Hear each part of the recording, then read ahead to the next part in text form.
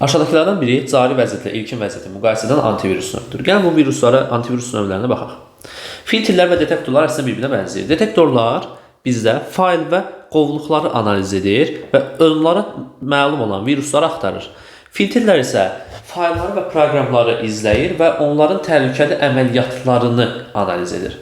Vaksinatorlar bizdə həmin o alqoritm növlərini, hansı ki zərərli proqramlara məxsusdur, onlar kompüteri tanıdaraq, yəni ki kompüteri onu yoluxduraraq bir baxma həmin o viruslara qarşı davamiyyət qoruyur. Yəni ki günümüzdəki vaksinlər kimi, peyvəndlər kimi.